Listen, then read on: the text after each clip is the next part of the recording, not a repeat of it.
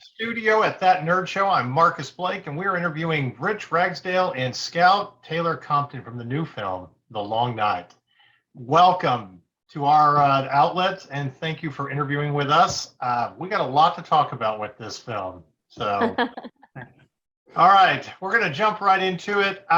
Rich, what brought you to this? Actually, the both of you, what brought you to this project? Because both of you are no strangers to horror, the horror genre. I got a call from a producer that I know, and he was like, "Hey, you want to come to South Carolina and make a movie?" There was this production that they had kind of gone through a couple of directors, and they were, there was a crew sitting around waiting to work. So I came out, and they let me redesign the whole thing, and they hired a writer friend of mine to sort of rewrite it, and we were just off to the races, Right. Scout, Well, as I say, again, no stranger to horror, playing Laurie Stroud in the remake of Halloween. So what brought you to this particular film? I got a call from Rich while I was in the UK, actually, at one of the horror conventions. And he told me about this movie that was shooting that I had to pretty much fly straight from the UK to set in Charleston to start filming. And, honestly, Rich and I, we have such a great thing between him and I, and we've worked together in the past. So I knew it was going to be fun. I knew it was going to look beautiful. I knew I could trust him. And, I read the script and I found it really interesting. And I was like, let's do this damn thing. Wow. I feel like that's how most movies, get started. Let's just do this damn thing.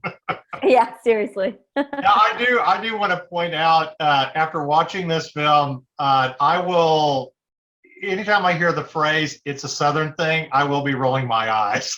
Yeah. It's a Southern thing. Yeah. I thought that was really kind of my favorite line. And really a metaphor for this story, like, it's a Southern thing. Is it? Do I really want to be a part of this? Yeah, exactly. Yeah. But speaking about, horror films, I know you, Scout, you've done a lot of things. I mean, going back early in your career, what is it about the horror genre for you that keeps you coming back? There's not a lot of rules with horror films, which I love. I was constantly getting in trouble at school, following the guidelines. And I feel like with horror movies, you could just like push the envelope, and no matter how crazy it sounds, it'll be really cool, So I think that there's just like so much you can play around with a horror movie. And I just like how horror has changed over the years. Right. And it just seems like it's just pushing the envelope more and more and more and more. Yeah. And I'm just interested in that, and I like being a part of it. I like how you said that there was no rules. Yeah. I mean, I feel like in horror you can just pretty much do anything. Yeah. More than what, because I mean, if you're talking sci-fi, you also have to kind of explain it, for it to make sense. Yes. Or you turn into George Lucas, where parsecs is wrong. It's not speed, it's time. But yeah, that's like a one thing with working with Nolan, because I've done this genre so much, and he's done a few. He's always like, well, I want it to make sense. I'm like, honestly, it doesn't have to. If you leave it up to the audience to make sense of it, whatever they want to, whatever their truth they're pulling from it is way better than us explaining to them. That's a good point. Yeah. You have an imagination. Yeah, we're afraid of the unknown. So it's like that's the problem in every horror movie. At the end, it's like you got to explain it, and then it's like, oh, it's not quite so scary once you know what's going on.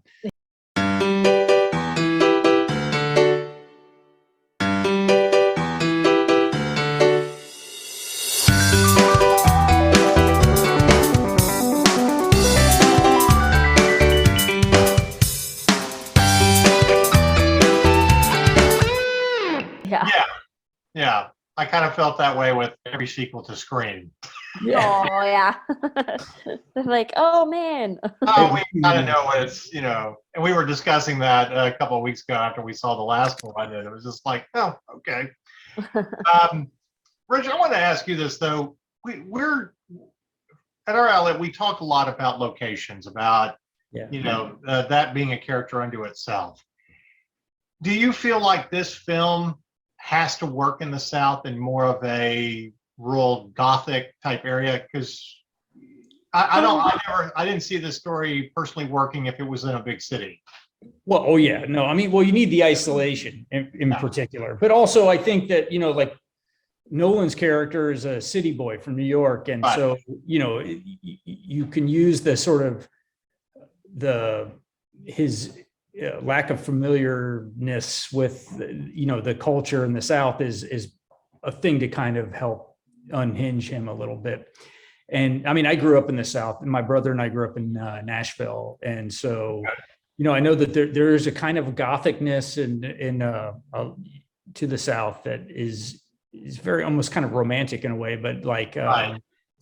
And so I like playing with that idea. I mean, that's my favorite part about the South is and so, I mean, it could be somewhere else, maybe like in the Rust Belt or something, but I don't think it would work as well. I mean, you have that kind of like the history and the kind of mythology that goes along with the South that really helps sell these ideas. Well, I mean, I'm based in Texas, but I'm originally from Chicago. So I get kind of a difference in worlds. And I have always found there's more urban legends in the South. Oh, big time. Yeah, that people cling to. And especially in the horror genre, you get to play around with that a lot more. Oh, yeah. Yeah, there's a lot. I mean, like when I was a kid in Nashville, one of the big legends was called the Bell Witch, and which I think, kind of informed the Blair Witch Project. But it was this old, like legend that went back to the 19th century. And it just, if you were a kid, you just believed it, Right. There was no like, do you believe in the Bell Witch? It's like, no, You're right. That's for that. Yeah. Right. Scout, where did you draw your inspiration for this particular character? Is it based on anything or just? I think from everything that I've done, to be honest. I mean, the one thing that's so different about Grace, which I think we're seeing now more with female characters in this particular genre, is she wasn't like a victim. She had like this strength about her, and she was determined to find out the fucking answers, no matter what it took.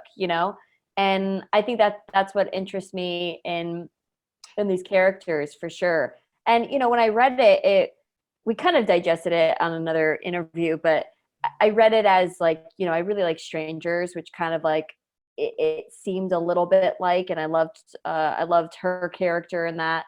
And then it also seemed like it pushed the envelope, and it was way more intense. So I don't know. There's just like so much that I could do with Grace that I was excited about that you not necessarily can do on other horror projects.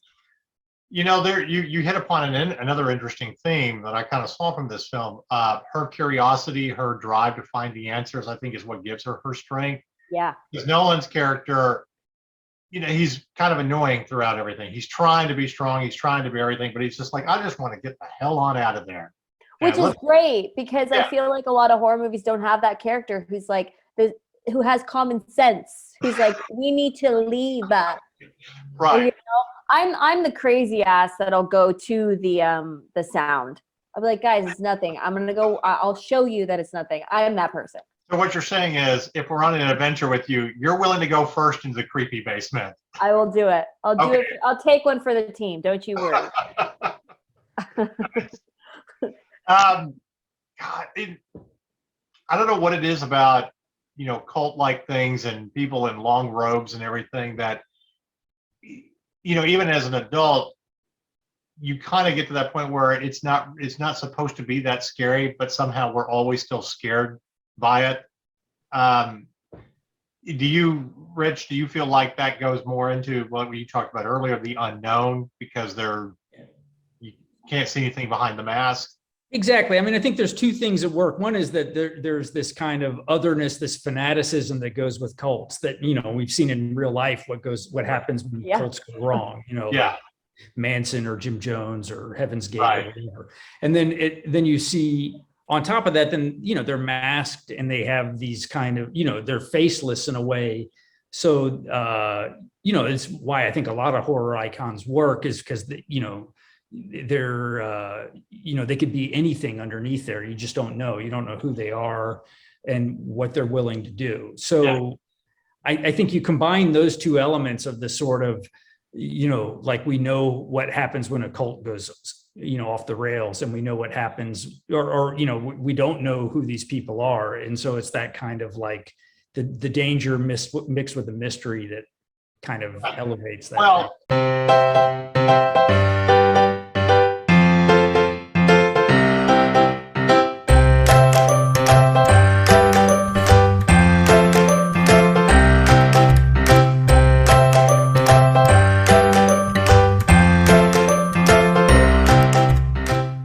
I mean, to talk about Halloween, Michael Myers doesn't work if he's not wearing the mask. Oh yeah. Yeah. Oh, yeah. That's why there was a lot of stuff with H2 when Tyler took off his mask. Like, nope, he didn't show his face.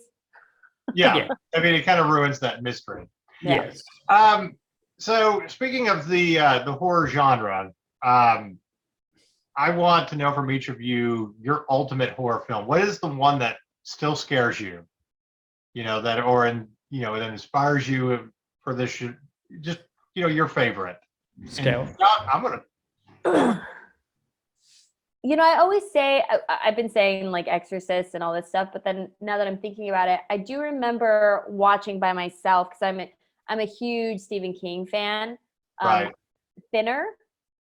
Oh, that's always a good one. Dude, I remember watching that by myself, and I was absolutely fucking terrified. And I was like, this was not a good idea to watch this by myself and hide from my mother that I am watching this. Right. That's such an underrated one by Stephen King. It never gets talked about as much compared to The Stand or It. Yeah. Shining. Wow. Man, our horror fans are gonna be like, yeah. That one.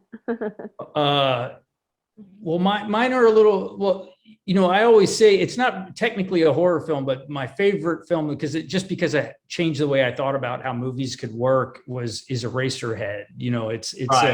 It's a very strange movie, very, very disturbing, maybe more disturbing than most horror films. And I watch it at least once a year.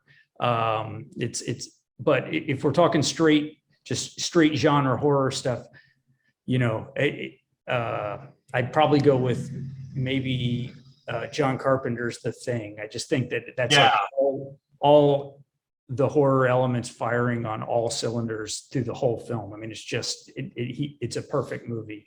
Our video game staff was talking about that movie not too long ago as they keep adapting video games from like horror movies. Like, we've been playing this Alien Fire Team Elite thing where you have to defend against aliens.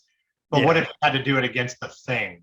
I'm like, give me that video game. Yeah, seriously. Can I interject? Early in I always started off as a composer, and one of my first big gigs was doing the Aliens versus Predator video game music. Hey, that's funny you mentioned that. We were talking about that this week because it was on sale, and their servers are still up, and we were playing it. Oh, nice. Nice. Wow, that's gosh. I can't believe I got to talk to the composer about that. Nice. Hey, man. I did about 3 or 4 of those games, so. Nice. Well, it comes to the end in our very nerdy question that we ask all of our filmmakers. Actually, I worked in too, because I always love talking with people from the horror genre about their favorite films. But here's the ultimate nerdy question for you. If you could have a weapon or a superpower to fight the forces of evil, what would you choose for yourself? And Scout, I'm going to start with you. Oh man, with me. See, this is a question you're not prepared for when you're doing press work. So that's 2 different things: a weapon and an ability. But you can choose too. Okay. The weapon of choice. I mean, I just did, okay, maybe because I just did this. I just did Leatherface. I just did their music, not their music video, their video game for their new Yes. video coming out. So probably a chainsaw. I'd be that girl, the chainsaw. And then be invisible. Like, I feel like I can get everybody if Oh I'm my invisible. God. Are you kidding me? And then I just come out and I have the chainsaw? Yeah. But done. is it just the chainsaw floating in the air? Is that Yeah. or is the chainsaw turning invisible too? You know what? If you had that ability in that video game Dead by Daylight where you're trying to escape, like Yeah. gamers would never win. Got it. I got That's it. a good one. Rich, how about you? Well, I mean, here I'll nerd out with you. I'll say a pulse rifle. Nice. Nice. And then I'll say maybe I'll just go for the big muscles. The Incredible Hulk stuff. Nice. Yeah, Right. so like real '80s action hero kind of thing. Hey, I don't- think we would make a great duo, fighting duo. but as a composer, you also have to have your '80s montage, or it doesn't work. Come on, I'd be all about the montage. Putting the bandana on my head and everything. Great answers. Well, thank you very much for interviewing with us. We really did like the film, and can't wait to see where it goes. And I can't wait to see you in your next project, Scout. Awesome. Thank you.